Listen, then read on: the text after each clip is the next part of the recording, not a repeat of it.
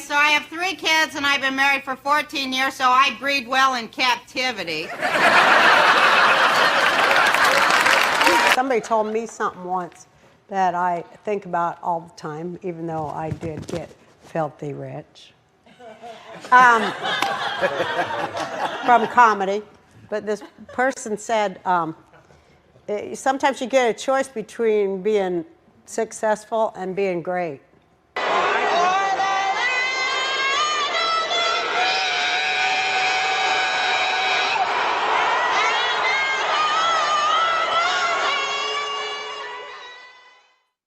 Okay, enough of that. Let's just get her in. Leon, you did it. Do you want to introduce her? Did you? Absolutely. So, Michael, we're very honoured to have a very special guest, a much-loved celebrity that's much-loved worldwide, has millions of fans, and she really needs no introduction. So she's an award-winning actress, comedian, a best-selling author. She's won 4 Emmy Awards and countless other accolades, and she was actually a presidential candidate in 2012.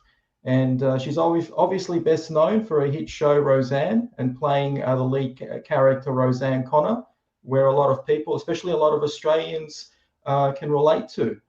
To that long list, I just want to add that she's also a human rights activist. So she's not just most celebrities just virtue signal. She actually has spent many decades talking about real issues that matter. So very honoured and would like to welcome Rosanne Barr. Hi. That's amazing. Thank you. I'm going to put you up at the top here. Thank you so much for joining us today. We're very honoured. Well, I'm honoured to be asked to be here. Thank you.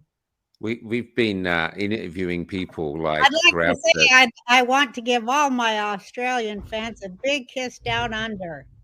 Yeah, do it. You have so many here. I mean, we've been interviewing people for a while, but say my father is in his 80s, he doesn't know any of them.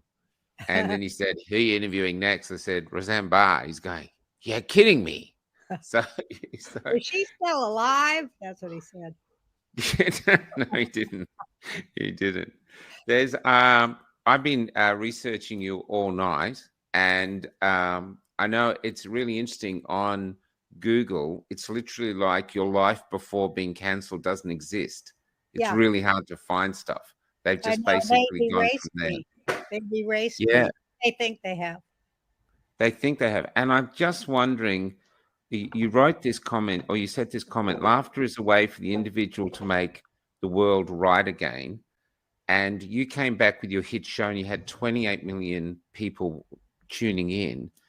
Do you think that those people in power saw you as just too dangerous? They don't want the world to be made right again by Roseanne? Oh, yeah, for sure. Plus, they hated my audience. They hate me and they hate them, and that's obvious. But I mean, they called them deplorable and everything else, and called for their extermination. One of the members of the Bruce Springsteen, who I used to love, his band, called for the extermination of people who vote for working class rights, which is voting for Trump. And I think that just says it all. And Roseanne, can I ask you, you spent decades speaking about human rights issues, and whereas a lot of celebrities, I mean, they virtue signals. There's an obvious difference between virtue signaling and talking about issues that matter, but you're actually, I believe you're risking your own life. So by challenging the powers that be. So my question to you is, why do it? I don't feel I'm risking my own life. I feel like I'm risking my soul not to. So that's my choice. So I have no choice really. The other thing you said was, and we said in the start, we got a choice to be famous or to be great. Before you started this, and I've been watching your first stand-ups on Johnny Carson, was there ever a point where you realized, wow, I've come from Utah, surrounded by Mormons, a Jewish girl, car accident, all these things that should have just basically taken you out. Did you ever reach a moment where you thought, I have an extraordinary life ahead of me if I grasp it? Yeah, I always had that yearning. And then when I got famous, to go back to that quote, you get a choice between being famous and great, but when they come together, you're infamous. And so when I became very famous, I was excited because I knew that was my first step toward being great. And I do feel that my work, not so much me, I think I'm pretty cool, but I feel that Very my cool. work has been great. It's entered just a great thing that I don't see anybody else doing, No, and I don't think they'll ever touch me. And so, of course, that's threatening to there's flash. without a doubt, you're a comic genius. I mean, You without. know what I said? I told you every time somebody Yeah, go called me ahead. a genius, every single time somebody called me a genius, right after that, I'd get screwed up the butt with no grease.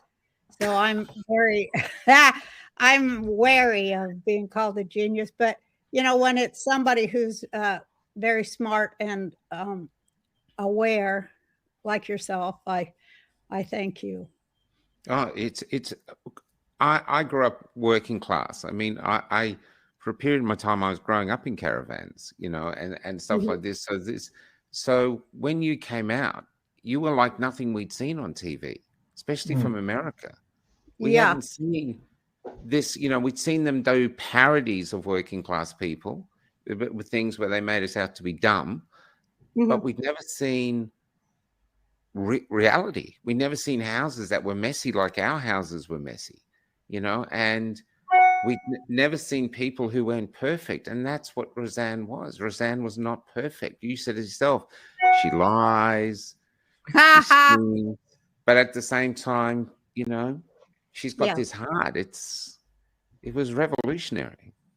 Yeah, it was. I used to watch television as a girl and wonder why I didn't see anybody like my family. And from a real young age, I was like, man, if I ever get on that TV, I'm gonna do a real show about a real mom, not a the menu for television moms was pretty limited, and I wanted Mm, to break that open, and I did. you did, you did. And that gives you great power, though, because you get this great fan base who relates to you. That you're not just making them laugh, you're actually like becoming a folk hero, which is reality, what you are. Well, it just is very cool when I go anywhere, really, for now 30 some years, people will come up to me and they'll say, "Oh, you were my second mom," or some say, "You were my mom. I didn't have a mom," Mm, or some would say, "You were just like my mom," or some would say, "My mom wasn't very nice, so I look to you to be my mom." And you can imagine I take that really deeply, and uh, I feel a responsibility to that. I don't just think, "Oh boy, am I great." That flatters my ego.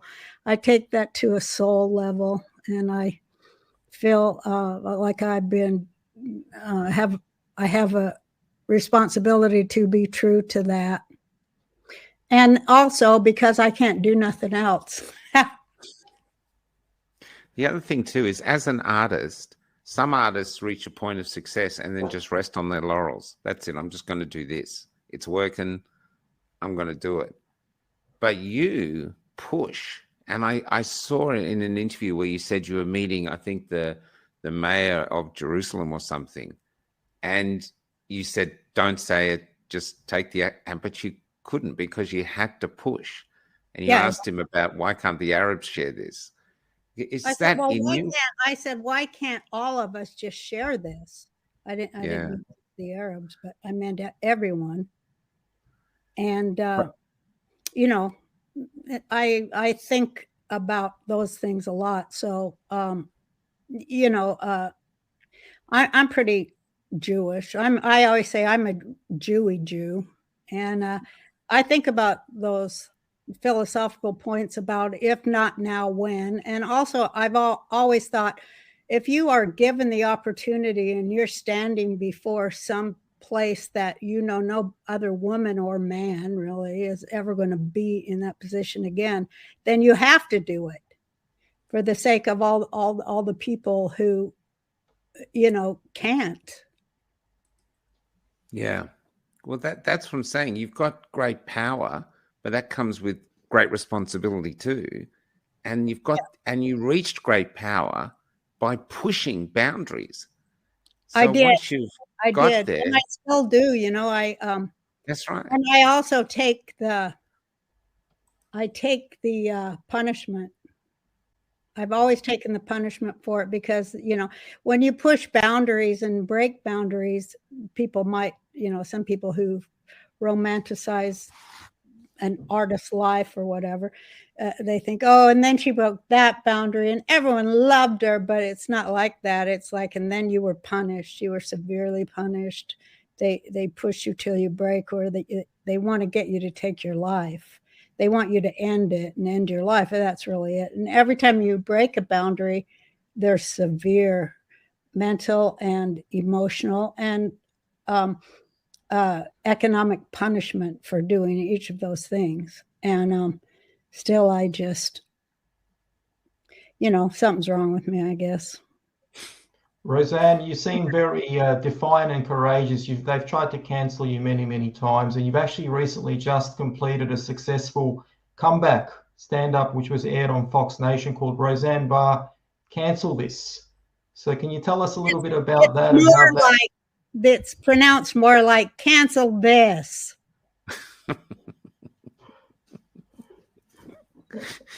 And that's in the context of you obviously responding. That's your response to cancel culture, the dominant cancel culture of the day.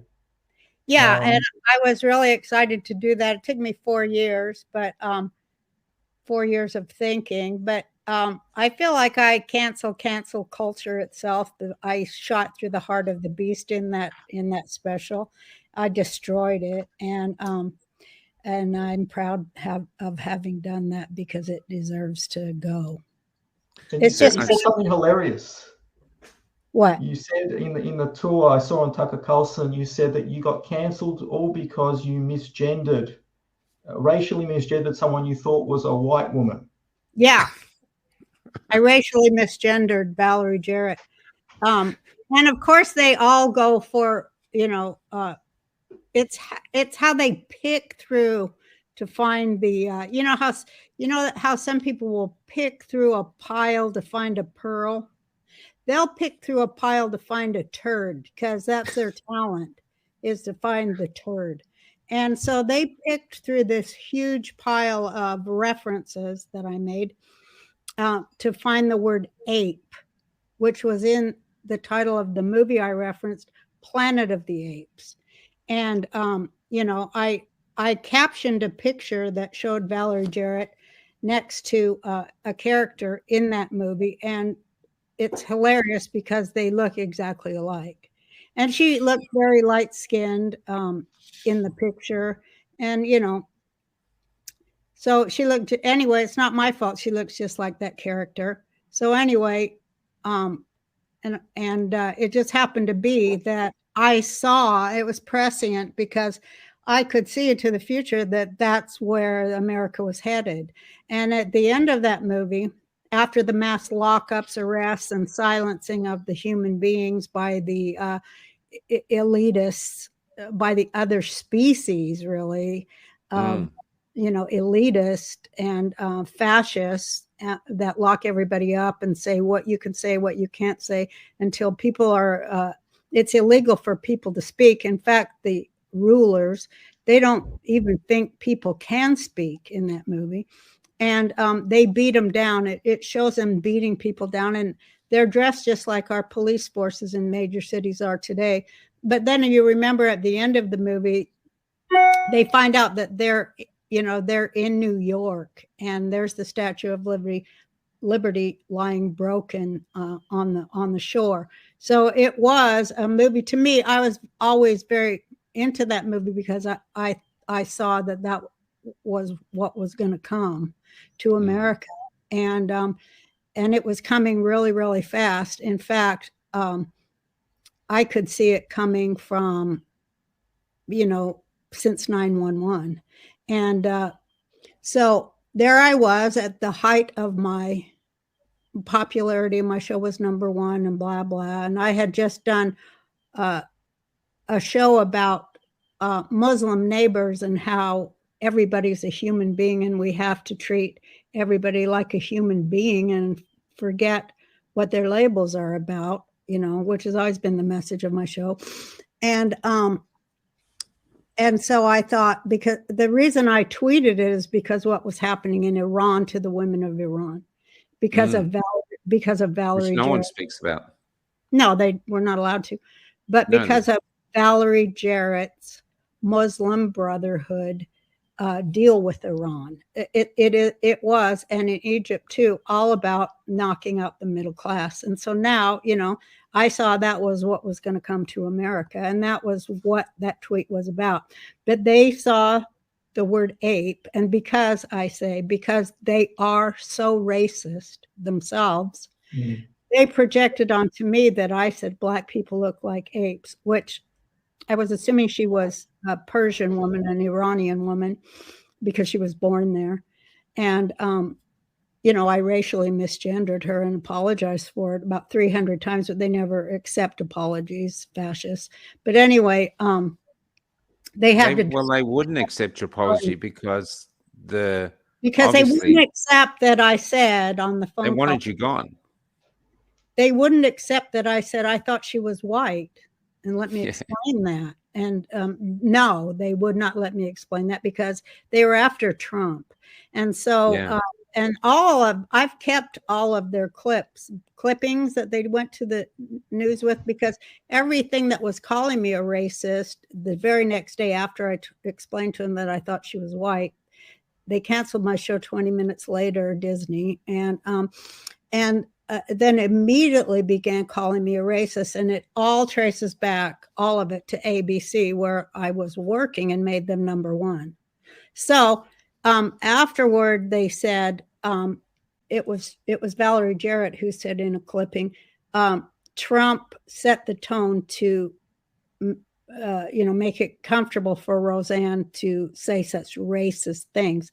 So I realized, and also with several lawyers that I'm talking to and have been for 4 years, they already had it planned to get rid of me.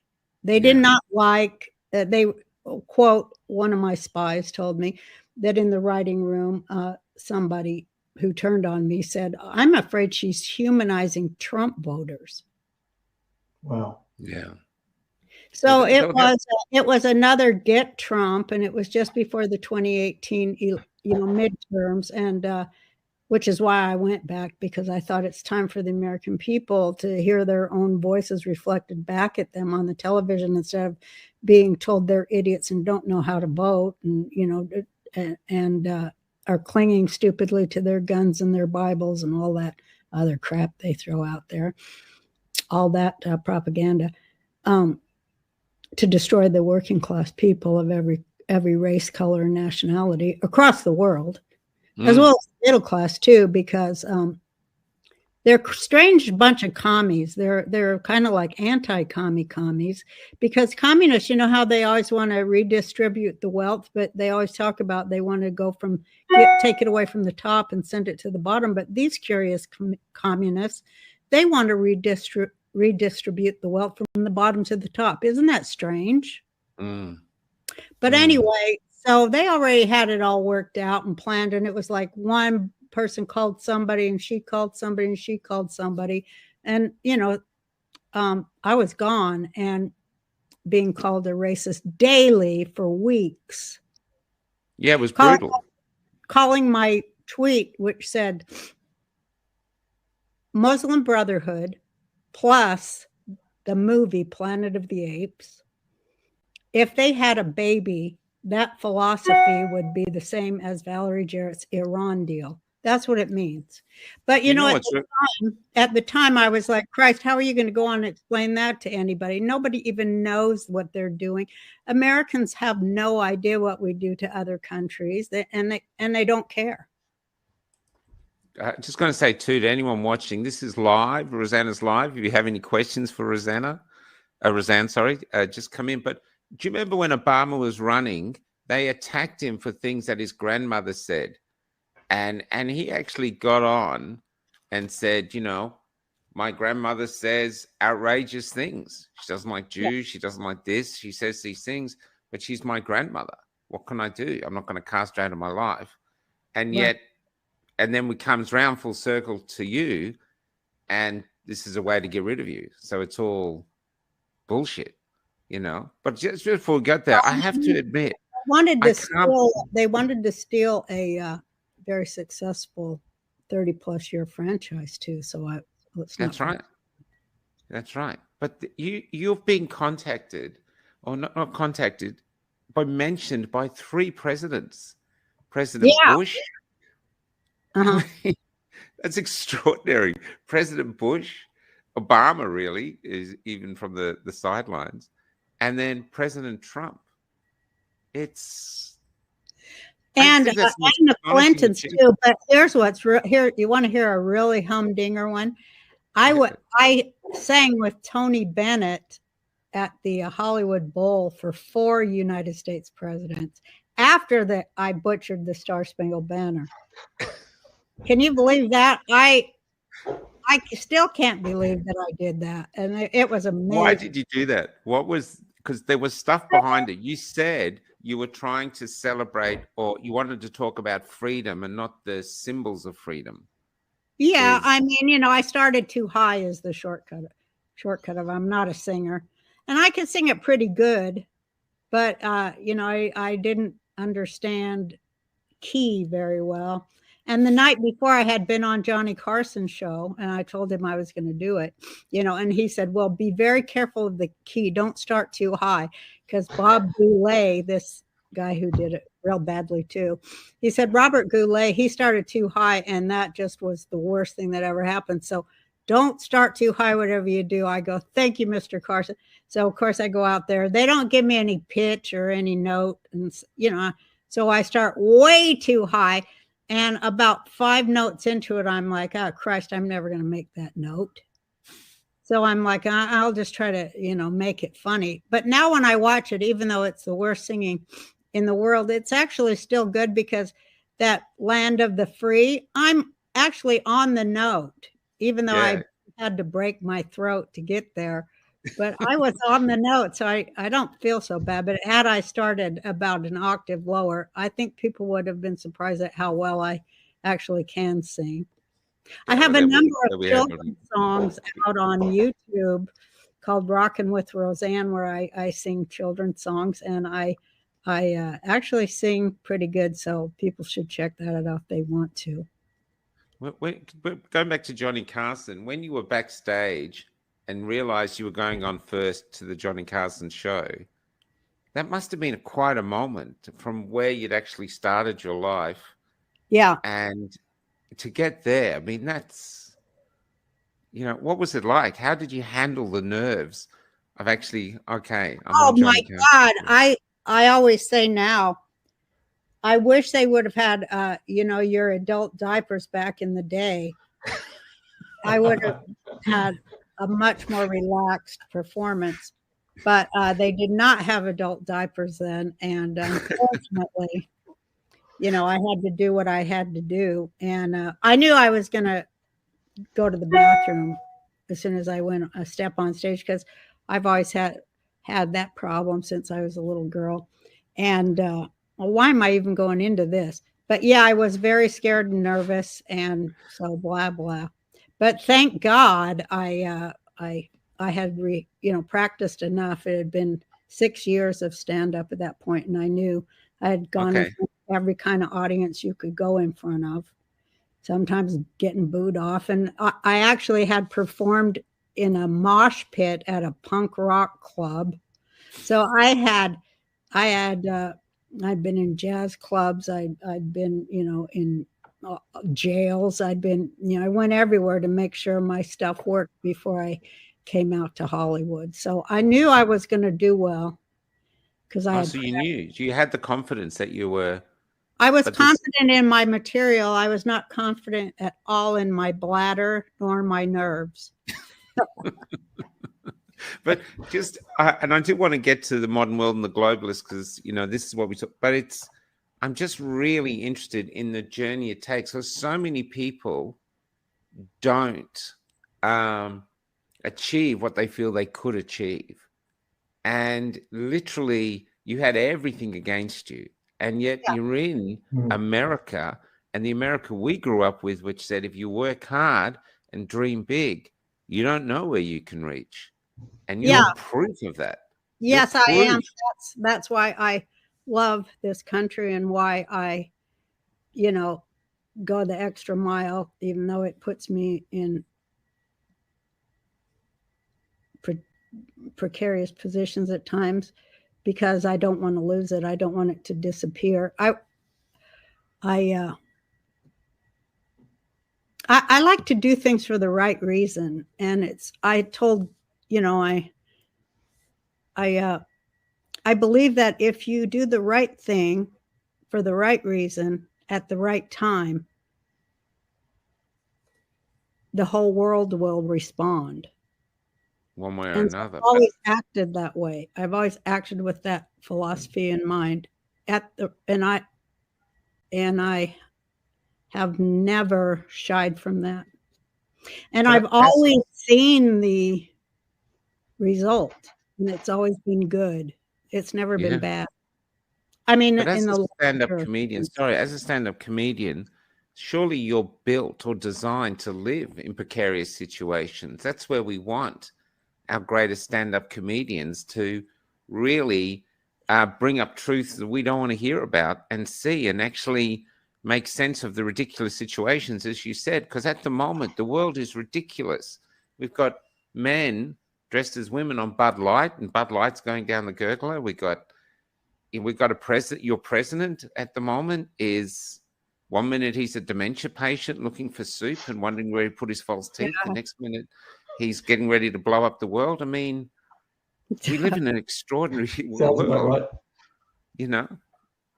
And your job is to be someone who just says it like it is.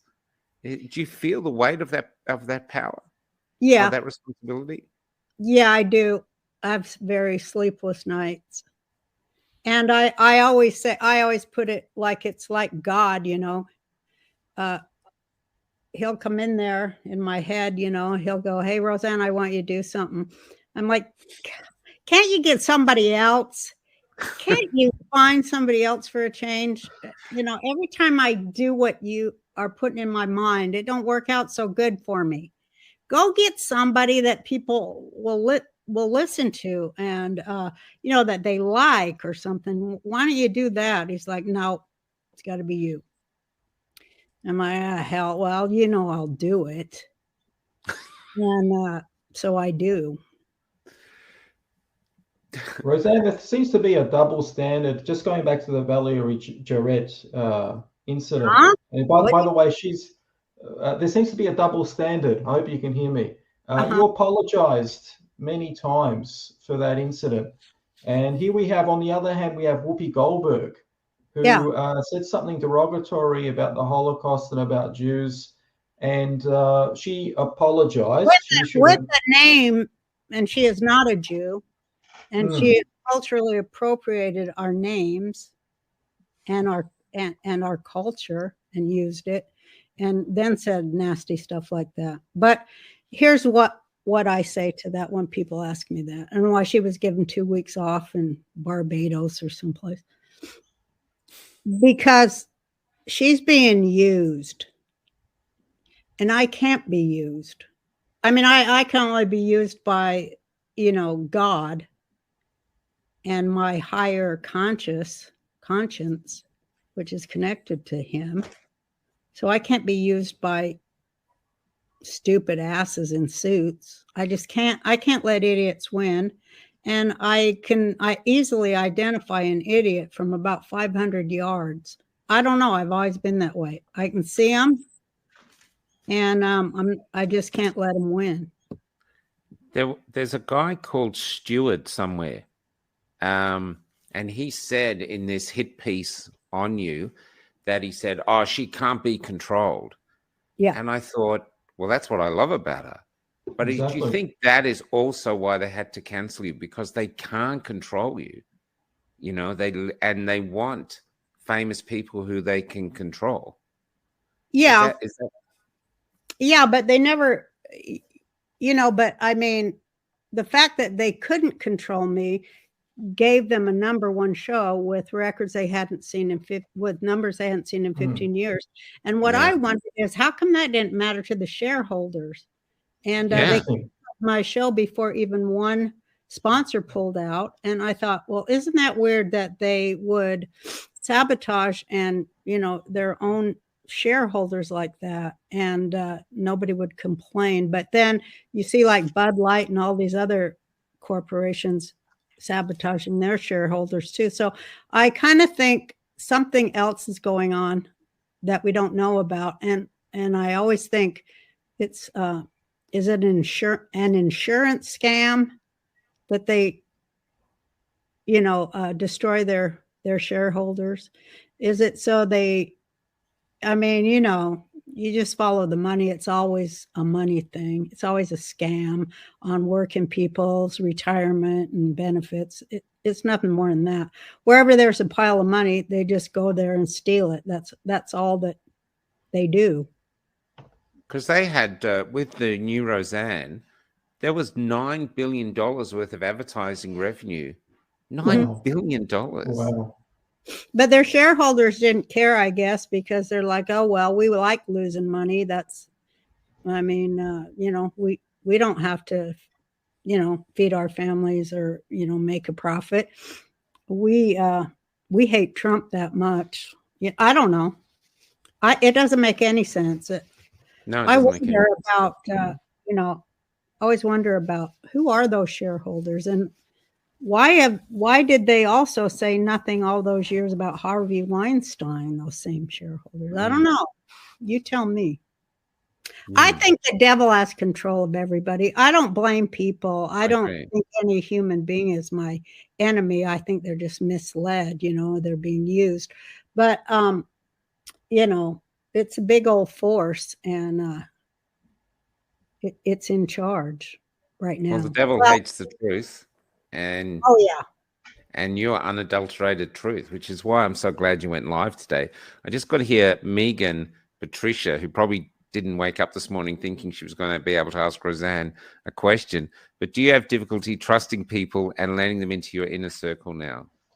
Hell yeah. Yeah. Hell yeah. I don't trust nobody. And I hardly did. I hardly trusted anybody before this happened to me, but now I trust them even less. And well, they've all showed themselves to me. That's one good thing. Like, I think that's one good thing that's going on in America too, is, hey, let them show themselves. Let them identify themselves. Don't correct them when they use the wrong words. Just let them be, so other people can see them too. As soon as you correct them, they can hide better. So just let them be. And I forgot the question already. Oh, do you hate trust people? Oh, yeah, I hate everybody. I hate them all. Don't trust them as far as I can throw them. I know the devil's in them, and I hate the devil even more than before.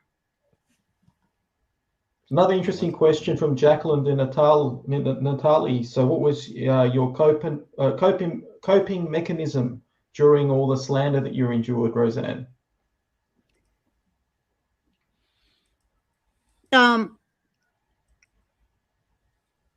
My conversations with God. That's always how I have gotten through everything in my life. I have I'm very lucky that I have a, whatever you call it, connection there. And I don't want to say faith, because that's a overused, meaningless word to me. But I have a connection, a living connection. And I fall into it and it catches me, and it's a real soft, loving pillow, and it nurses me back, and it makes me see good things. It always makes me look at the good things, and because I have that, I see the works of intelligence and beauty and people's inextinguishable spirit to live and do right. It makes me see that, and helps me to know that all of that other stuff is just illusion and it doesn't matter. And things happen for a reason. And now I look back and I'm like, God took me out of there. I didn't belong there. And he saved me by taking me out of there, because there was a lot of dark energy there. Now, I don't do well around dark energy. I'm not creative in dark energy spaces, around dark people. I'm not real creative around them because they're no fun. And you got to have fun when you're creating something, when you're thinking of things or writing or drawing or anything that I like to do. It's fun. That's why I do it. I don't do it because it's morose and pisses me off and makes me angry.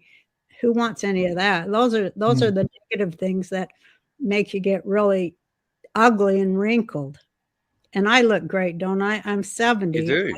I There's actually a meme out at the moment that shows your face next to Madonna's face. Oh, I saw and that.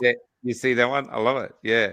But can I ask, a lot of people want to be famous, want to be rich to this, and you've come from poverty to wealth, and you actually say that wealth is better.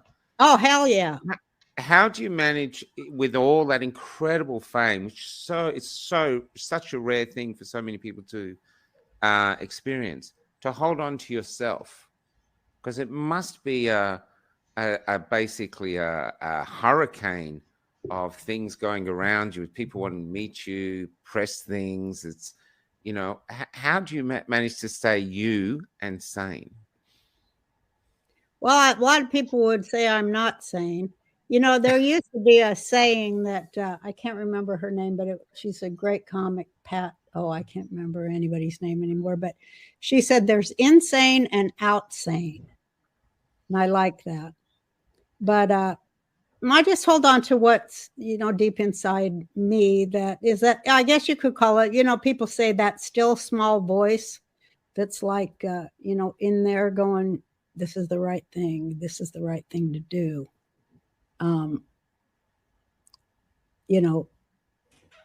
This is what people you admire would have done.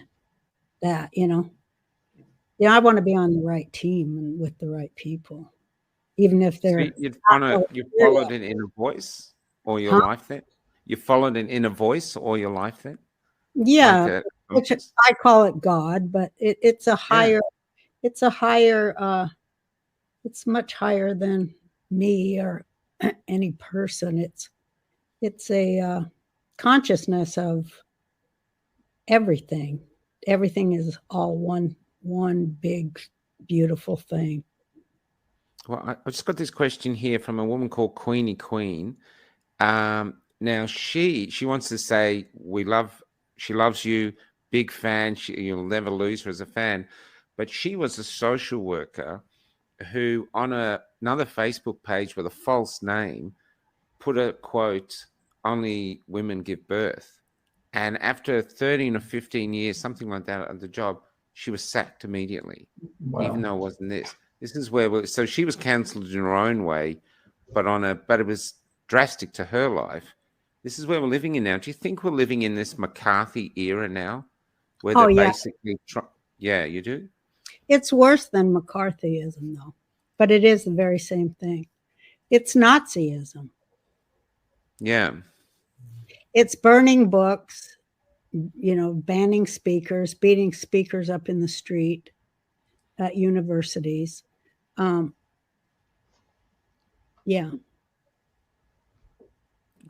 how do you, in being in America now, because we've always looked to America. America is, well, look, it's the greatest country that's ever existed when it comes to freedom. It's always had issues. It's always had problems, slavery, violence, all these other things. But it's always like, But that's clutched only onto one way. freedom. That's a writer I love. She calls that the foreground reality, which is, the propaganda reality that we're fed every day. But the background, the real deep background, is America is the place where America ended slavery. So just sit with that for a minute. Yeah. I can't remember the ship. Oh my God, I used to know this off the tip of my head. Spielberg made a movie about it, but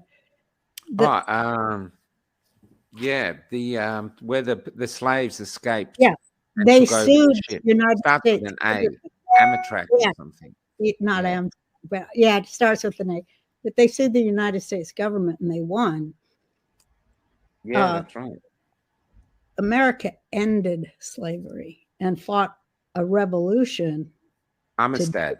The Amistad. To do that. So, this is a way of looking at the world, a background way and a foreground way. And the foreground way is all bullshit and propaganda. And people are very deeply addicted to bullshit. I said that in my 2012 campaign. They're so addicted to bullshit that they'd rather have that than food or sunshine, because that's what propaganda does to people. They can't think, they can't reason, they can't use their critical thinking skills because they know the answer first, and then they make all the data come out to their answer. And that's anti-science. And that's what it is. It's anti-science, anti-intellectualism, anti-freedom, anti-free speech, and all those things together, and plus a voracious need to cause war all over the world. That's Nazism, and it's based on eugenics, and it's based on, the hatred of the working class, and particularly people of color within that working class. That's who,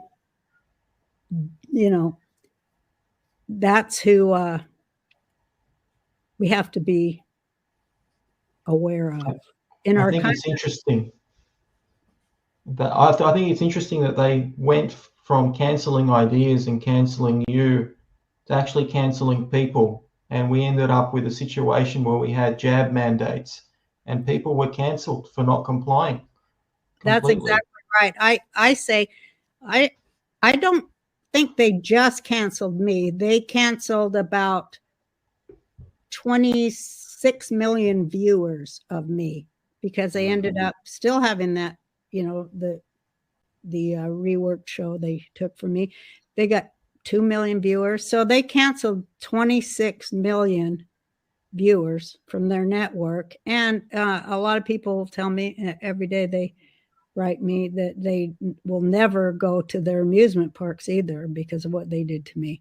And that's taken a downturn, and so are their movies. And I'm like, hey, was it worth it? The shareholders, they don't, corporate shareholders, that's a whole interesting thing to be looked at, because I don't even know if they really do exist or if they really are people. Yeah. They might be fake. It might just be fake. How do you think? I mean, you're looking at the world from a different platform than the rest of us. How do you think we can go forward and reestablish freedoms? I mean, get our freedoms back, because in this country we don't have freedoms anymore. We gave them away. They gave them back. They gave us privileges. Australia as a democracy is dead. That's the truth. Is. I know. It's hard. It's upsetting to hear you say it, but it's the truth. I mean, we've had armored vehicles in the streets. I know you have. Shooting us. I got shot by rubber bullets just for defending freedom, the freedom of choice, freedom of speech. And I'm not alone. There's loads of us. And in Melbourne, particularly, it seems to be a testing ground. New Zealand. How do we move forward from your perspective? What do you think is what we have to do as a people to get back to a world where liberty is the foundation? Well, when you say get back to, I don't know that we ever had it really. Not really. That's a good point. Another writer that I love, she said, well, there is no liberty without truth. So did Powerful. we in fact ever have liberty? But I'm telling you this, it is a real estate problem for people who are listening. It's a real estate problem. And the most important real estate that you have to immediately take control of, because you do own it, although they have told you that you don't, and they've showed you a million different ways that you don't. The most important real estate in the world is between your ears. Now, you need to reclaim that real estate, sweep it up, clean it out, whatever doesn't serve you, whatever doesn't make you happy and make your life work, get rid of it as fast as you can. Don't sweep it under the rug, because then it stays right in your house. Get rid of it, air it out, and just like use your mind as a screen door. Let ideas come in and let them go out. Let it air itself out. Don't cling to any idea. Just let them come in and come out. Don't believe or grasp on anything. Just let them come in and let them go out. Just see it as if it's a screen, a movie screen that you're watching. Your thoughts, because a lot of them aren't even your thoughts. Wow. Can I ask, what were you like as a little girl? Were you always cracking your parents up? Were you quiet? Were you different from this? Or were you pretty much just a little mini version of who you are now? I was trying not to get beat. And yeah, I was always doing everything wrong. I don't know. I have every kind of thing you can imagine. ADHD, dyslexia, I got everything. And, always peeing myself. You can imagine. I was a kind of a creep, and a nerd. I didn't like people, and I had a lot of trauma. And in my family, if you could make my dad and mom laugh, then you didn't get hit. So I was just always trying to get, I better make up a joke for that, or I'm going to get my ass beat, So I had to turn everything into a joke. So it kind of trained me. And Wow. but when I was at school, I never even talked. I felt so out of place and so, paranoid of people around me. Is that because you were in a Mormon community and you were Jewish, or you just didn't fit in for other reasons? Yeah, part of it was cultural, because, I grew up in an apartment house full of survivors from Germany, Jewish. Wow. And my grandparents had sponsored them to come over after the war, and they lived in their apartment house. And so that was very traumatic. But also the neighbors, they didn't like Jews so much. And they were all pretty Mormon and religious, and they didn't like that so much. So I just was really quiet, and I was always in my head. You know what I mean? I was always in my head. Like I always would draw or write, and I stay in my room and have fantasies of what it was going to be like when I was a famous actress or comedian or something. All of my childhood was about getting on TV and doing what I did. I visualized myself doing it too, always. How much of that do you think was manifesting a dream which came true, and how much do you think was actual destiny? Because I've read about other people like Napoleon and other people like that who knew they had significant lives ahead. So I knew at 3. I knew at 3 because I had a vision at 3 after something severely traumatic, and I had a vision, and the voice in my head that came from this vision, the voice I heard, it said, you're going to survive. You're going to be okay. You're going to grow up. and you're Is this gonna. a car accident? No, that was when I was 15. Okay. This is when I was 3. And it said, you're gonna someday you'll have an answer to every question that's in your mind right now, and I'll always be there with you. And then I knew from that day forward, I was never alone, and I was always in that place, always, and I still am there. Incredible. Yeah, it's weird.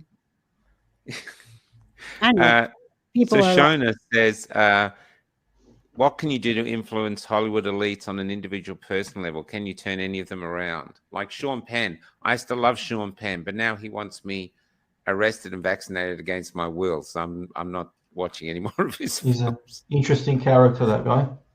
a lot of people who are, well, I pray for them all the time. I don't want to be in their circle physically at all, because atoms are alive, and I don't want to breathe in any of them.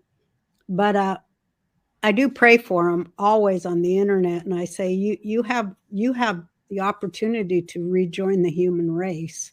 All you have to do is look deeply within, and be honest, and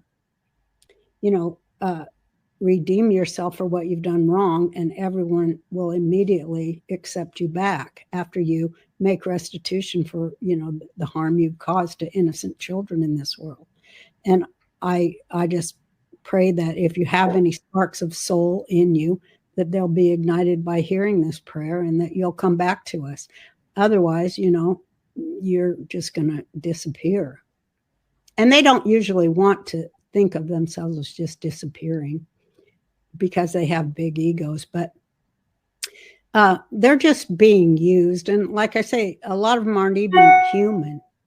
A lot of them are just apparitions. Actors, a lot of them, there's nothing there but somebody who can imitate and pretend. So there's not a lot of depth of soul in actors. And that's why they're so easily led by propaganda and by, people who can control them through blackmail because of the horrible things they do. That people, once they get famous, they think, now I can do what I really want to do. And they can.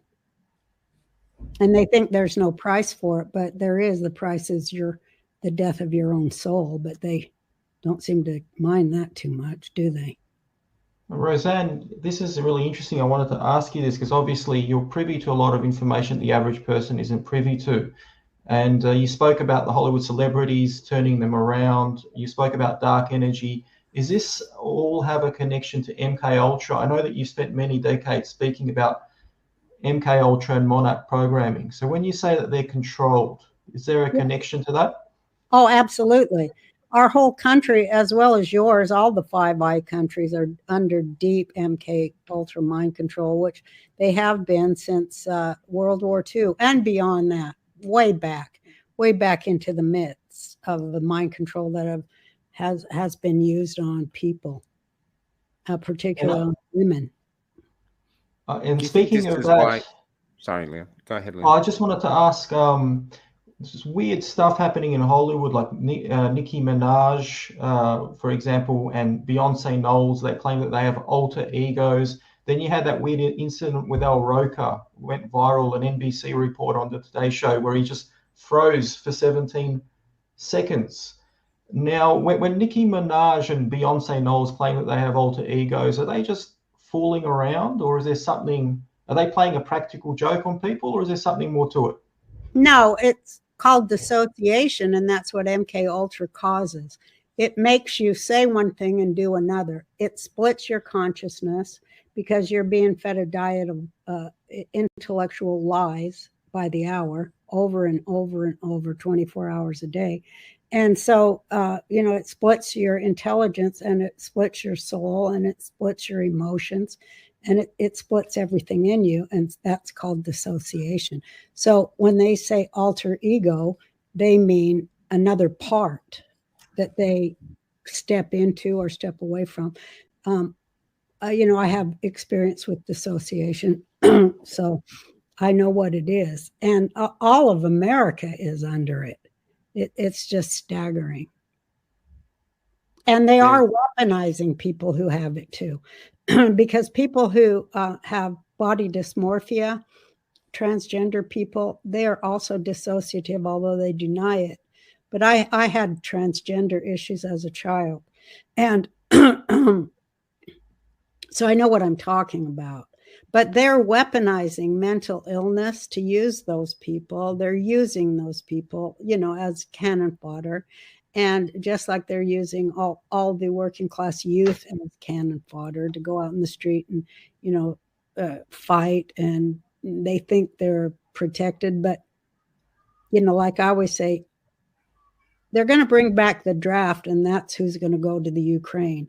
And I think that was why I sent my tweet, was to try to wake those young people up as to how they were being used and targeted, and particularly those with broken families. I just going back to one thing. You said you were growing up in one of your stand-up routines. You said how you used to live in a caravan or a trailer park, and then you were on Roseanne, and you were back again living in a caravan. Yeah, like when you act in a movie, that's all you do is like just sit in a trailer all day long, which is what my life was like when I was poor. So I don't enjoy that. No, but I'm saying, do you ever get a moment where that moment hits you? I know you use it in comedy, but the moment profoundly hits you on how far you can travel in one short lifespan? It most certainly does. It has this week, definitely. I've been unpacking all the stuff I've squirreled away, because I'm kind of a what do you call it? Where you save all the stuff. Yeah. And I'm unpacking stuff from 30 years now, and I'm looking at it, and I found my old writing and things I had written as an original stand-up thing, as my original 5 minutes of stand-up back in 1979. Wow. And it was staggering. It was just staggering and then, fast forward through other things, speeches I've... Staggering in what way? Like it was making you laugh, or how far you changed? Just what a long, strange trip it's been, to quote the great Fred. But I found speeches that I've given all over the world, and it's just staggering that I did all that. Just amazing. I don't know. It's been pretty fun. Yeah, it's been incredible. But right here, right now, you've done all of that, and now you're a champion for freedom, able to use all your reputation, your integrity. And do you think this is like maybe what they've done by canceling you?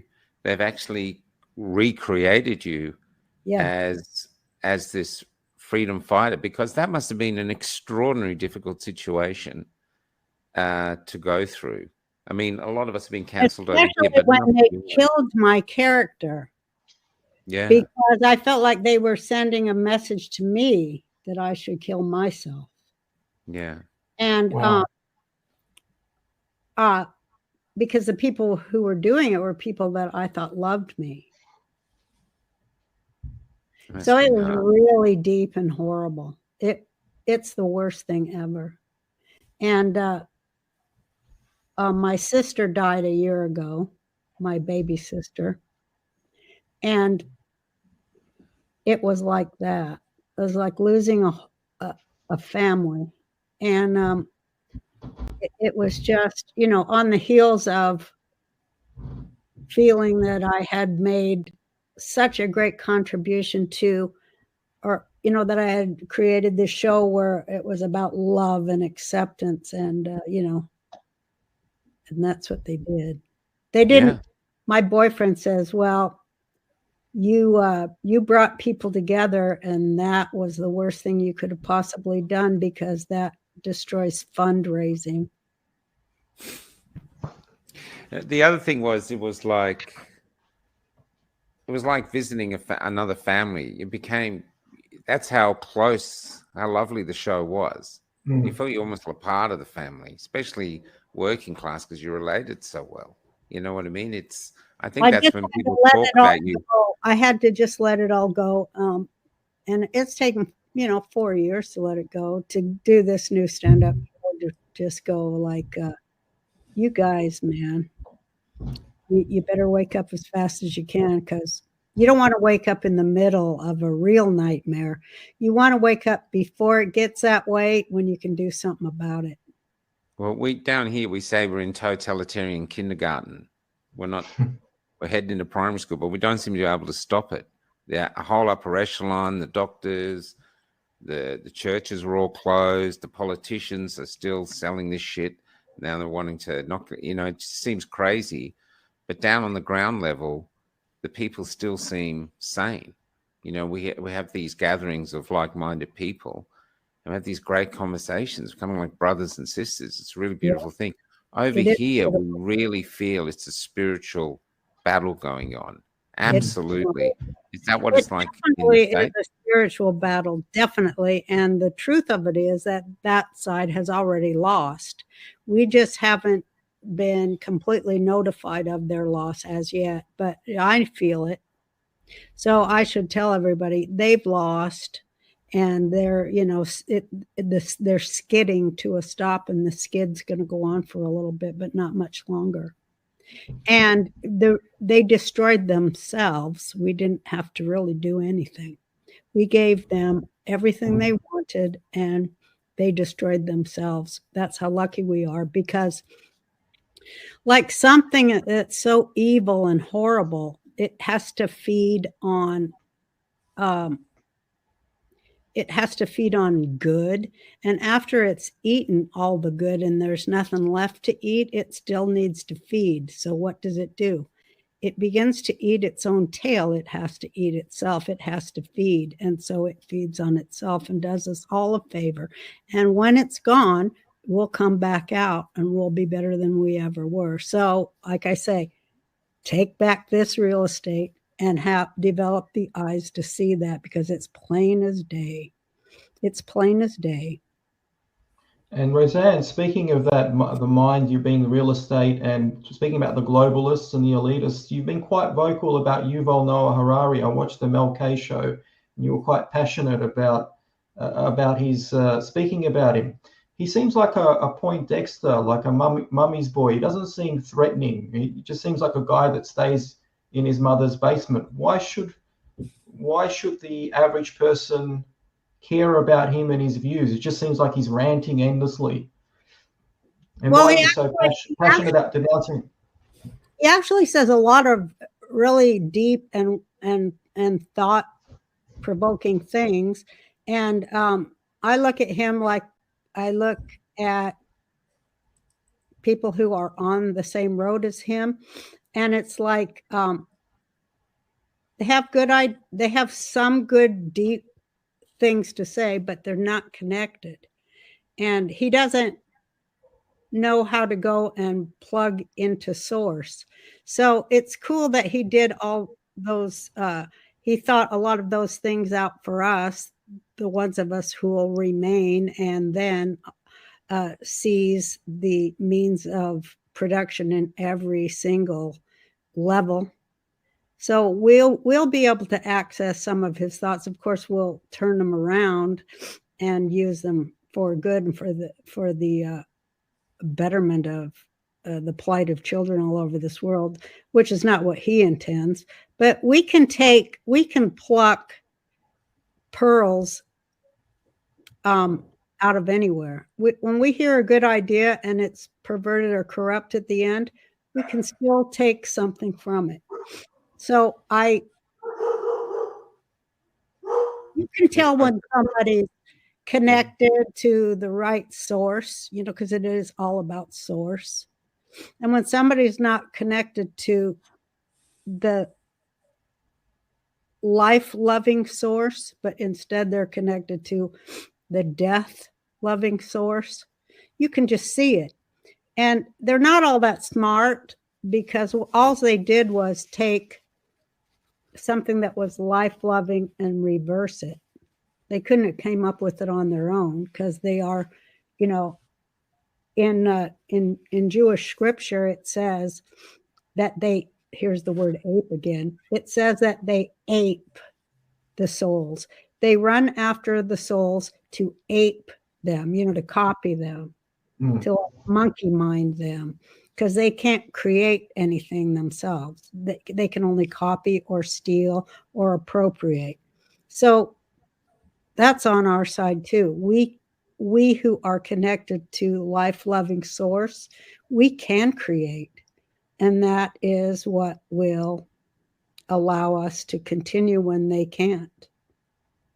There's someone just asked, would you be bringing your comedy special to Australia? Like, would you tour Australia with it? Well, you know, I would love to, but you got to get the jab to go anywhere. I'm not getting the fucking jab. Fuck that. Actually, I think they changed the rules. They've Really? changed the rules here. You don't need it here. You You have actually to need it come to get here. into the States. We can't go to the States. Really? But yeah. Or Well- some places we can. Florida, I think we can, but we can't go. We can't go to New York. I thought you couldn't go to Australia if you weren't vaccinated. So now you No, have I no think excuse, Roseanne. You have to come here. Well, I've always wanted to go over there. I mean, that's You are beloved place. over here. You're Mhm. beloved. You've never been I to mean, see a Australia? few woke people. no, I always wanted to go. Well, first of all, it's like 24 hours or something by plane, which Jesus, I don't know if I could take that. I'd know they'd sit me next to some fucking crying kid with green snot in his nose. And, you know, that always happens to me on a plane.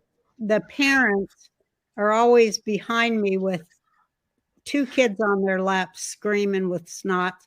And then they got another kid that, you know, they buy a seat for next to me every time. So I know I'm going to get sick and I have to babysit some little shit when I'm trying to get away from fucking kids, you know. And I can't be mean to them. So I'm like, you know, I'm like, hey, don't do that. Okay. But so I end up having to sit with them for hours. I know I'd probably get stuck with 2 brats running with noses going on Australia. I said, why does it fall to me to have I think some of the plane would be more scared of your mouth than they would be of the kids. I have that in my act. Hey, ladies, you're such shit mothers anymore. You're all on your phone all day, ignoring your kids at the supermarket. Why is it falling to me to have to be the one to go over and smack your kids for you? Do you know what's really interesting? Over here, when Roseanne was out, people could speak freely. You'd go to jobs, you'd work in whatever jobs you got, staff room. Our language was the language of you. We had an Aussie accent, but our humor, that's why we connected so well. It's why you were so beloved, you know. Now, though, hate it's working silence. people. They hate our guts. They want to get rid of. They do. They're like, hey, we're giving you 15 jabs and 10 boosters right in your fucking eyeball because we love you. Yeah, and then what I'm saying though, now it's silence. But this is how stupid they are. They want to get rid of the people who do all their fucking work for them. That's how stupid they are. Yeah. It's like not like they're going to clean their own fucking house or raise their own goddamn brats. You know what I mean? It's not like they're going to do any fucking work. But well, over here now we have nurses cleaning houses because the nurses who worked through the pandemic, and we're doing interviewing more today. We interview them all the time, and they don't want to take the jab, even though they worked through the pandemic. So they got sacked as being basically gross misconduct. And now they clean houses, they pick fruit. Where instead of doing what they should be doing, which is caring for us, is their calling, you know. And Australia is now silent. Over in Hawaii and here too, you know, in LA and stuff all over the place. I noticed a lot of people are cleaning houses because, by God, they're making $40 an hour. That's a damn good job. These women are going to making $40 an hour cleaning somebody's house, and I mean, that's good money. It really is. I don't know what they get paid here, Not but what I'm anymore. saying is Australia now is so politically correct that most people's default is silence. They're not sure who they're going to offend, so they stay silent. So the era we grew up in with you, where people would feel free to we call it taking the piss out of everything, using humor exactly like what you said to make the world right again. We're not doing that at any moment, and our world seems insane. Don't We you got any really. comics down there? Well, we've got a few. I interviewed one this morning. We've got a few, but I think if a powerhouse like you came down, I think you'd fill venues, and it would Absolutely. really be. In fact, some venues probably would cancel you before you came, but I think you'd actually really would. I think it'd be a revolutionary Sold out tour. shows. I think it'd be sold out, and it'd actually be a revolution of actually attacking the woke culture over here and liberating people. Well, I really the one thing they hate is comedy or anything funny. And then that's the right. worst thing to them is to laugh at themselves, which, fascists, two things fascists don't like is laughing at themselves and dialogue. Yeah. So, you mentioned.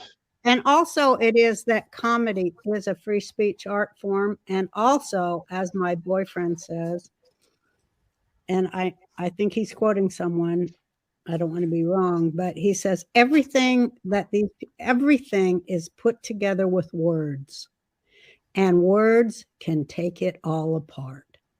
Yeah. That's why you got to get control of this, so that when you hear words that ain't words, you got to learn to not hear them. You have to learn to hear actual words. Because they tell you right what they're doing with their reverse, their perverse reverse. Like when there's a lot of words like fidelity and trust in the title, that means you're getting fucked. You just got to learn the right words. You know what I mean? The opposite. They do it. It's always the opposite. When the owners of the world speak, like George Carlin said, it's a big club, and you and me, we ain't in it. And the people who are allowed to speak are in it, and you ain't. So when they're talking about us and this and that, they mean when you're dead. Yeah, that's right. We will, take your house and everything you got, and you'll be happy about it because you'll be with God. You'll be deader than a goddamn doornail, and you'll be happy for that. That's what they mean. Yeah, I know.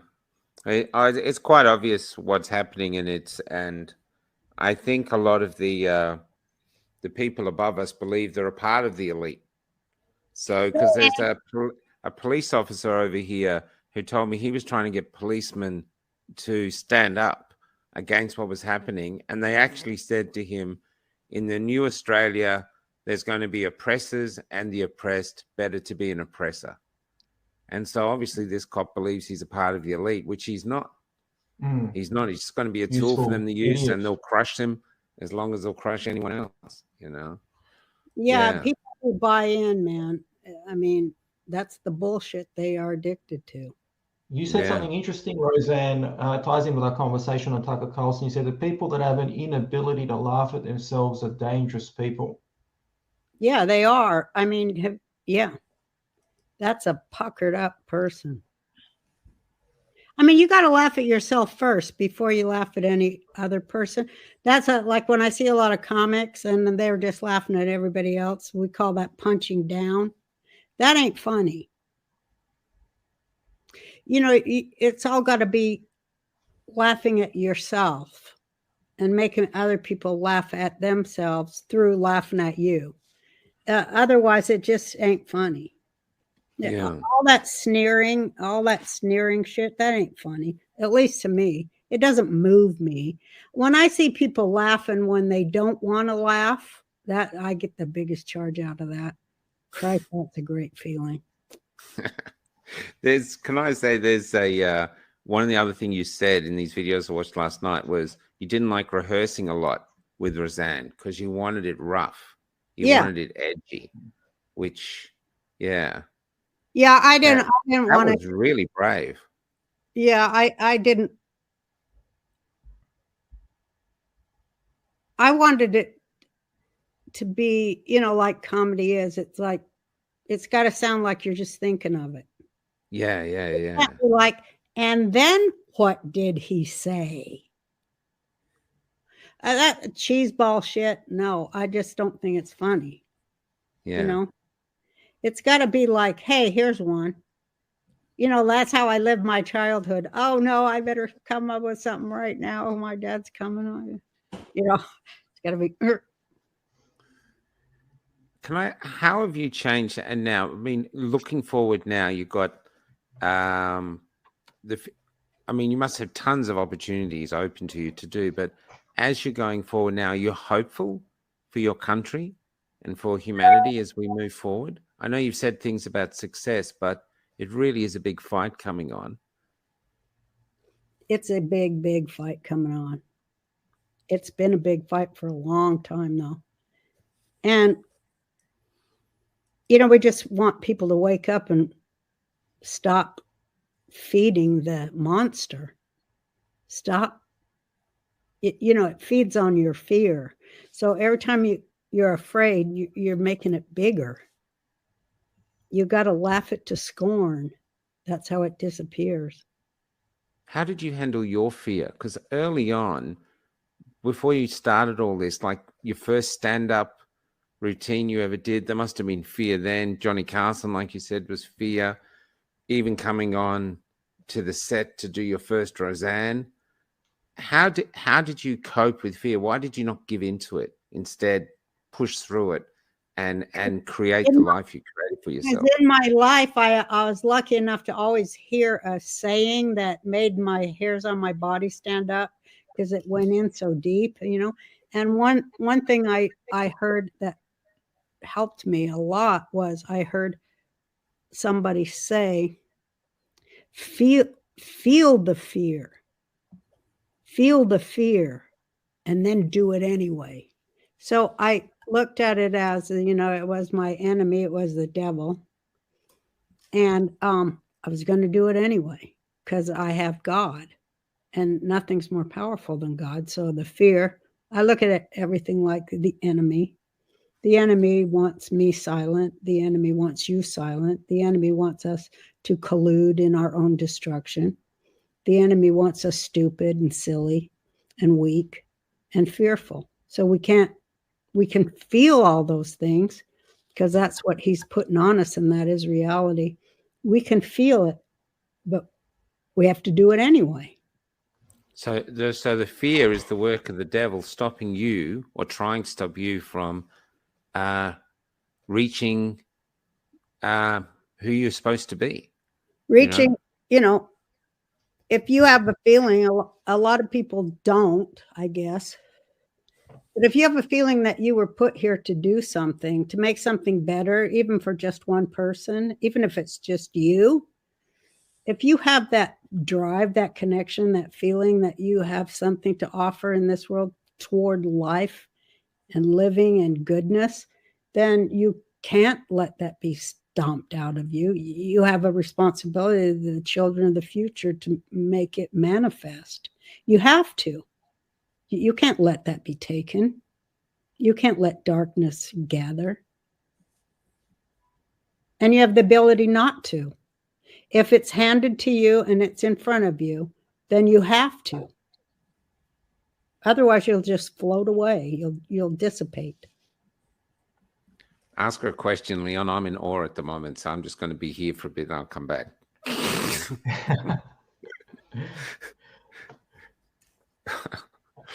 Just out of interest, Roseanne, as I said before, you're privy to a lot of information the average person isn't privy to. Did you see this whole vaccine agenda coming many years in advance? Is it something that you predicted would eventuate? Well, I saw it coming with the AIDS thing. I saw they were doing it then. I saw they were, you know, but this government, I mean, like I say in my stand-up, remember this government gave smallpox infected blankets to the native people. This government experimented on people in jail in Tuskegee on black citizens. It sterilized women in the South, black women in the South. Look what this government has done. It went into Iraq. It poisoned our own soldiers in Vietnam with Agent Orange. Look what they've done. Look what they do.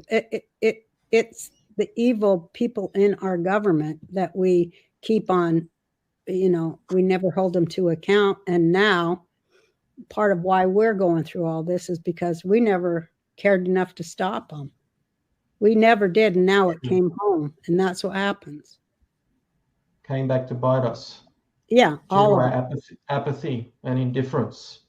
And fear, because we were just, a bunch of fucking pussies.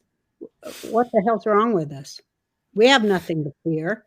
I mean, the worst they can do to us is kill us. So what? Somebody else will show up. Wow. I'm out of questions. I'm just in awe at the moment. There's and the reason I'm in awe is I really couldn't sleep last night thinking I'm going to meet this person who's been in my life, like, my dad knows her name.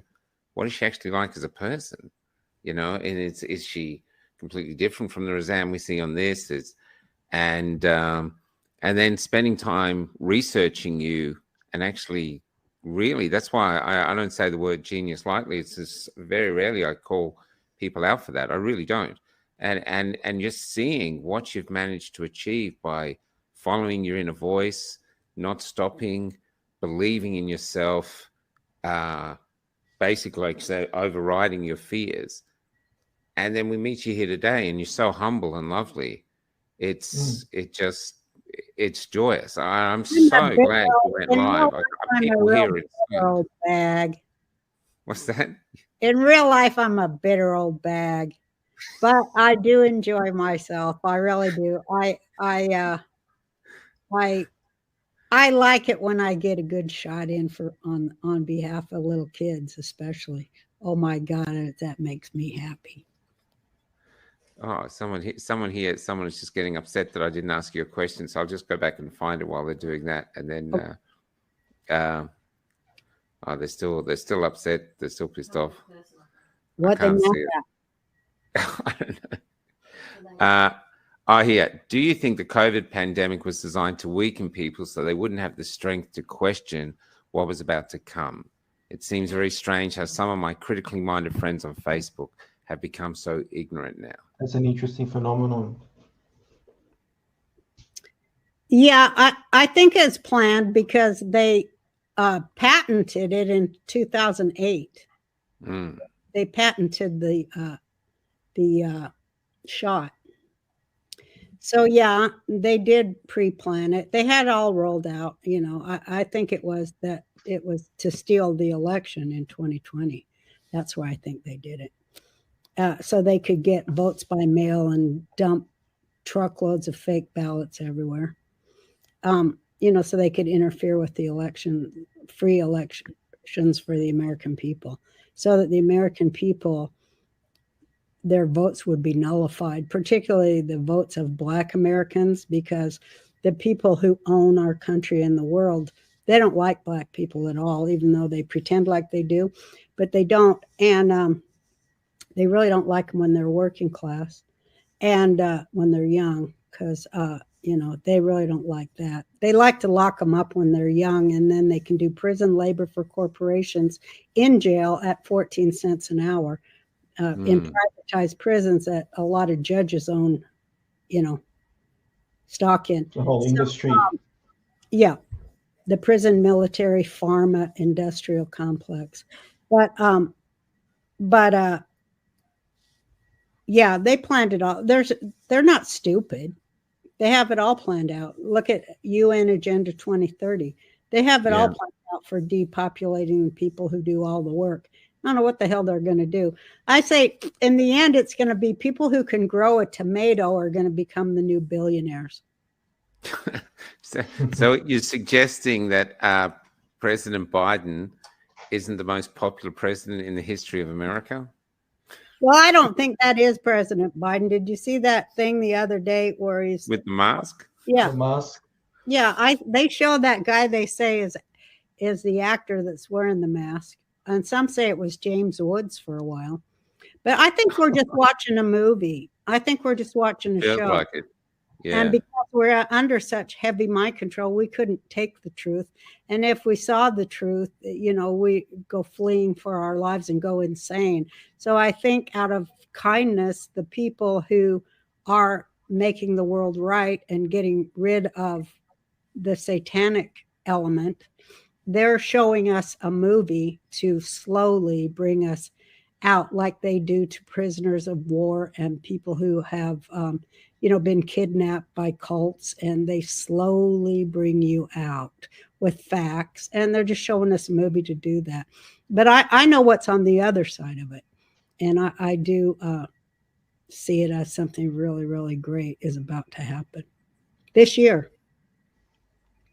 Well, the other And that last includes y'all down under.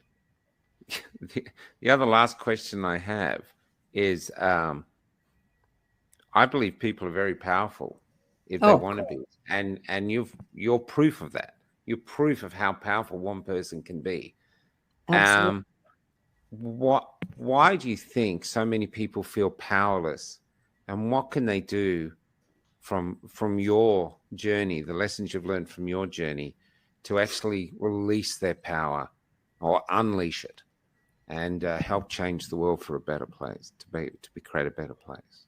Well, you feel helpless because that's the reality you're being fed by your owners. They're scared shitless of you, though, because there's billions of you and only about 2,500 of them. So of course they're scared. Of course they're scared, and they're losing control, and they're trying to step up all their control things. But like I say, it's failing, and they don't have a lot to feed on besides their own selves. And that's what's happening. They're destroying themselves, and we don't really have to do anything but witness for the sake of history. But what you can do is, I'm not kidding, our greatest weapon that we have to fight is laughter and joy. Those are the two things that they know nothing about.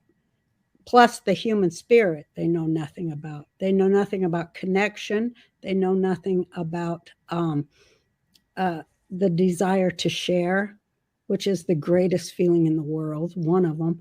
And they know nothing about the human spirit and joy or laughter. So those are because they know nothing about those things, exercise those things every day, and you'll find yourself coming more and more into a state of awareness, because that's what it really is all about, being aware. Well, Leon, that's all my comedy is so powerful because it's like Dr. Like Marshall, that guy, he's really a great doctor, speaking all over now, and he said comedy is fifth column warfare. And I thanked him for telling me that, and I agree. Comedy is just the most powerful thing, because while you're laughing, all the things in your brain that are bullshit devised fall away. And you need to do a lot of laughing. And if you can laugh the more you can laugh at your government and your leaders, the happier you're going to be. Laugh at everybody you're afraid of every day. It's powerful. That's great advice. I am out of questions. I want to thank you for your time. Roseanne.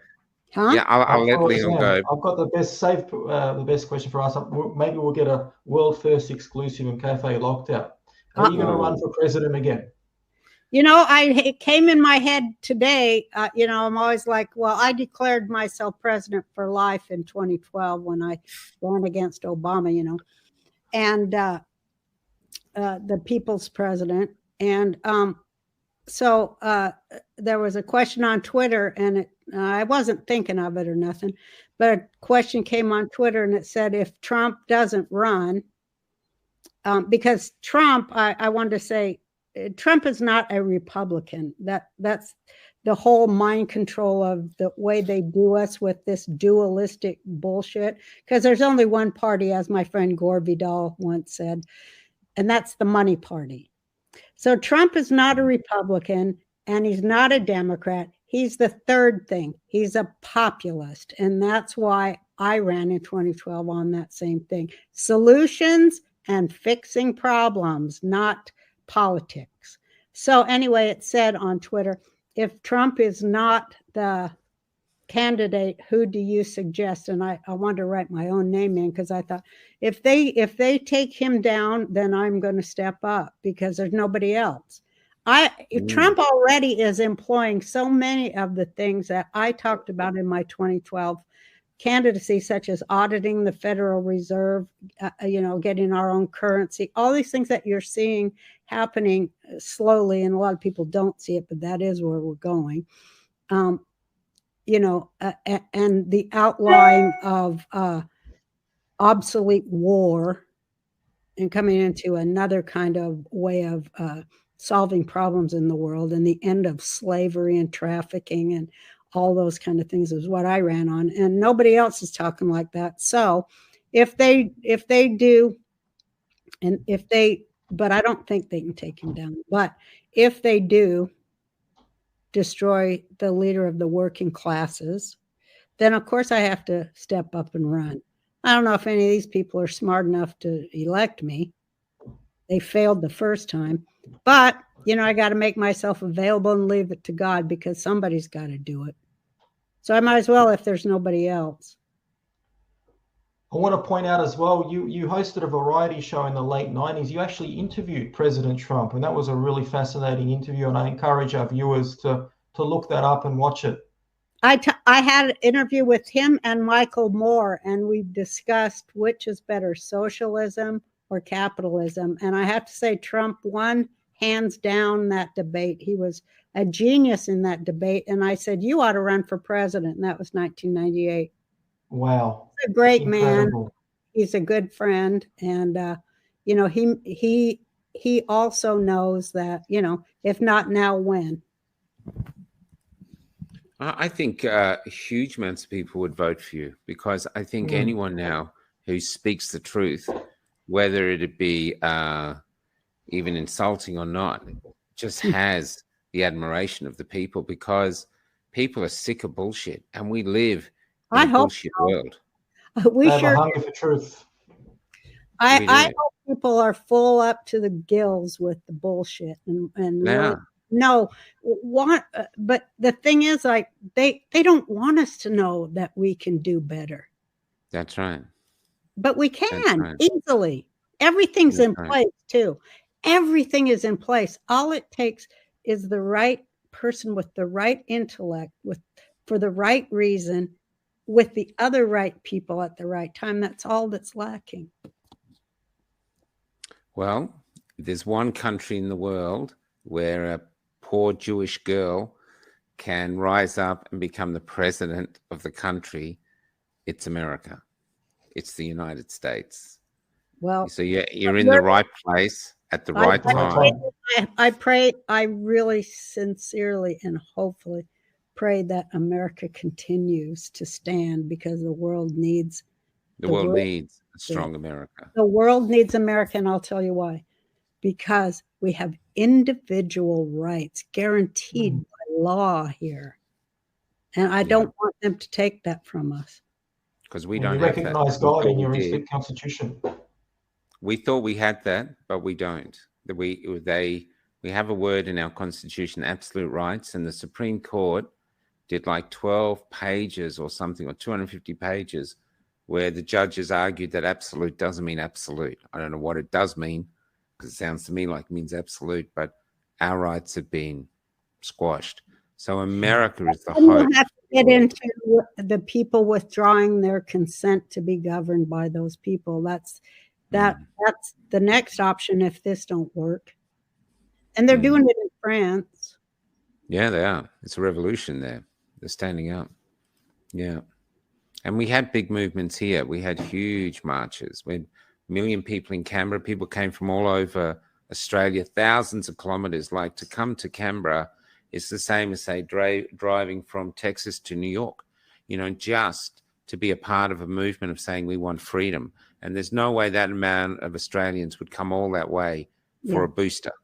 They came there for freedom.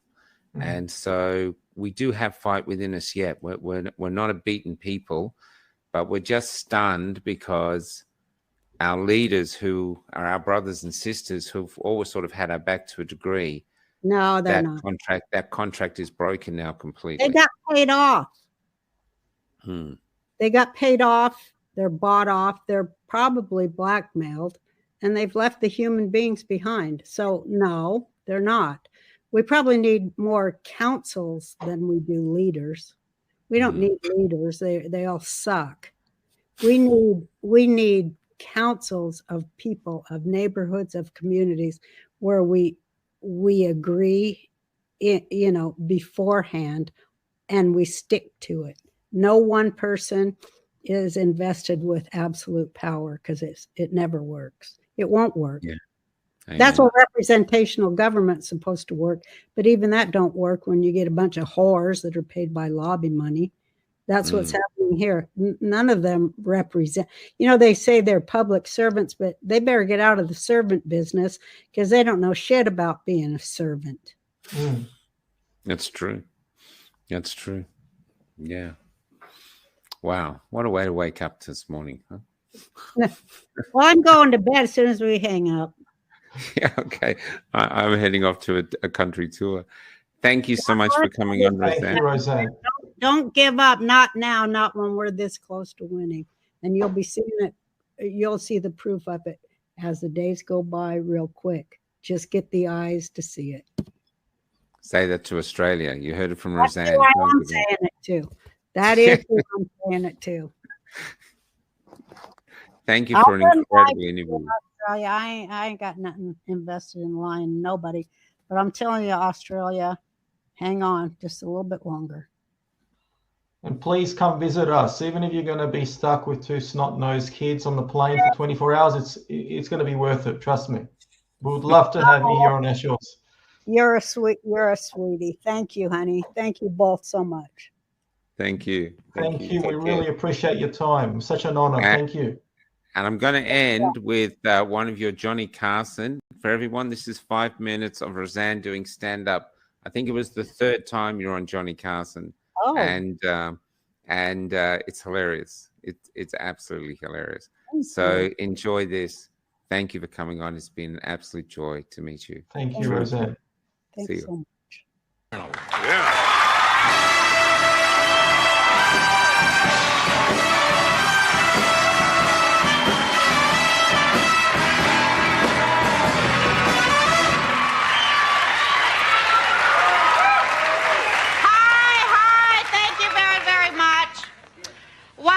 Before Johnny Carson discovered me, made me the huge international megastar that I am now. I used to live in a trailer, okay? And it was really awful, so I worked really hard to get out of there and everything, you know. So now I make TV and movies. What do I do all day? I sit in a trailer.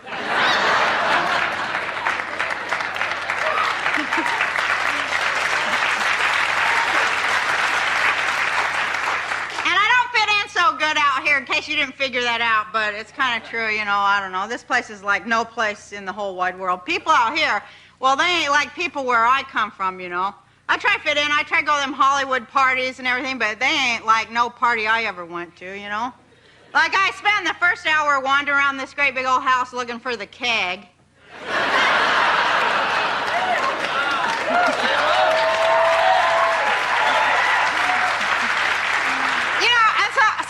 To the host or hostess, whatever, you know, and I go, hey, man, where's the keg, man? They go, well, there is no keg, Roseanne. Whoa, you're out of beer already? Whoa, well, gee. I'll make the run, you buy, I'll fly. And nobody at those parties is interested in having any kind of fun either. They're only there to, like, kiss the butt of the most famous person in the room, you know? Which is always me. And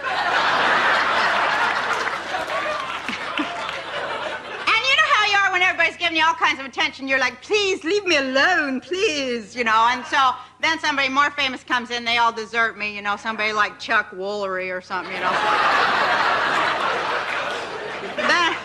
Then I'm all lonely. Come back. Remember me. Remember me. Remember me. I'm famous. Remember I sang the national anthem and everybody got really, really mad.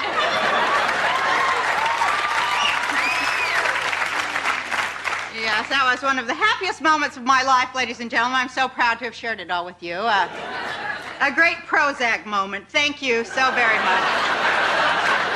You know it's bad when the President of the United States comes out and says your act sucks. You know that.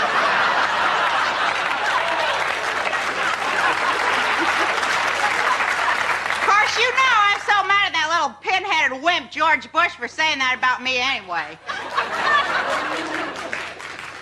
But I do like his wife. I do like Miss Bush. She way outclassed her husband, don't you think? Yeah, I like her. Because she's just like a regular down-home gal, Mrs. Bush. You know, you could just see her sitting there on her front porch with her nylons rolled up under her knee, you know. Or in that rocking chair waiting for the meatloaf to be done, you know. Fanning herself between the legs, you know. You can just see her doing that. Just like them old ladies do. But anyway, so here's what happened to me and how I became a comic, you know, and everything like that. Like I was having this one regular day, because I used to be a housewife, although I preferred domestic goddess, you know. So I'm sitting there in the house this one day, and I'm doing this regular housewife stuff like, you know, dusting the pot roast, cooking the curtains, you know, scouring out that tub with a non-abrasive cleaner, the whole deal. All of a sudden, I just have like this major reality alert. You know what I mean? Like, I go, oh my God, I says. I love being a wife, I love being a mom, but I need something more. Like perhaps a life. So I wait for my husband to come home. He comes home 5:15 like he's done every single day since the birth of the universe, you know. I says, hi, honey, you pencil neck geek. I says, you ever look in the mirror and notice you have a weak and characterless chin, huh? Did you, huh? So he gives me that typically intuitive male response. Gosh, it seems like you're not happy, Roseanne. Yeah, I'm 2 days past happy. And then he goes on with that husband stuff, you know how they do. Well, maybe it's that time of the month, Roseanne. Yeah, it's that time of the month. Yeah, right. You better stand back, honey, because it's a full moon and you're looking at high tide.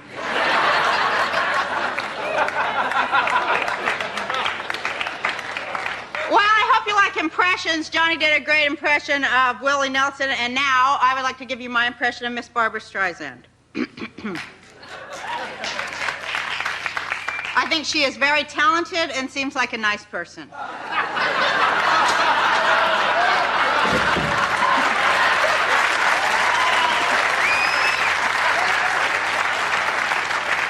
that's the impression I get. So anyway. Well, I'm fat, so it's good that I'm fat, because fat moms are better than skinny moms, as you know. Way better, because what do you want when you're really depressed? You know, some skinny mom, well, why don't you jog around a while, and that'll release adrenaline in your blood, and you'll better cope with stress. Or some fat mom, well, let's have pudding, Oreos, and marshmallows.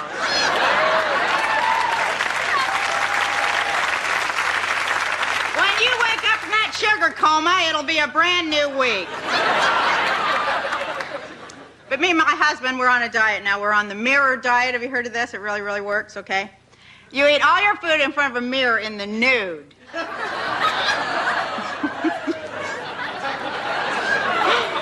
really works. You know, of course, some of these fancier restaurants don't go for it.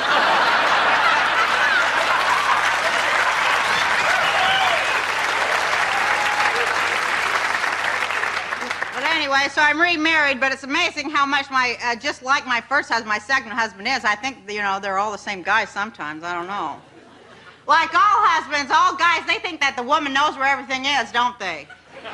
They think you know where everything is. Where's my keys? Where's my wallet? Where's my underwear? Where did I leave my shirt? Where's, you know, everything in the world? You know, they think the uterus is a tracking device.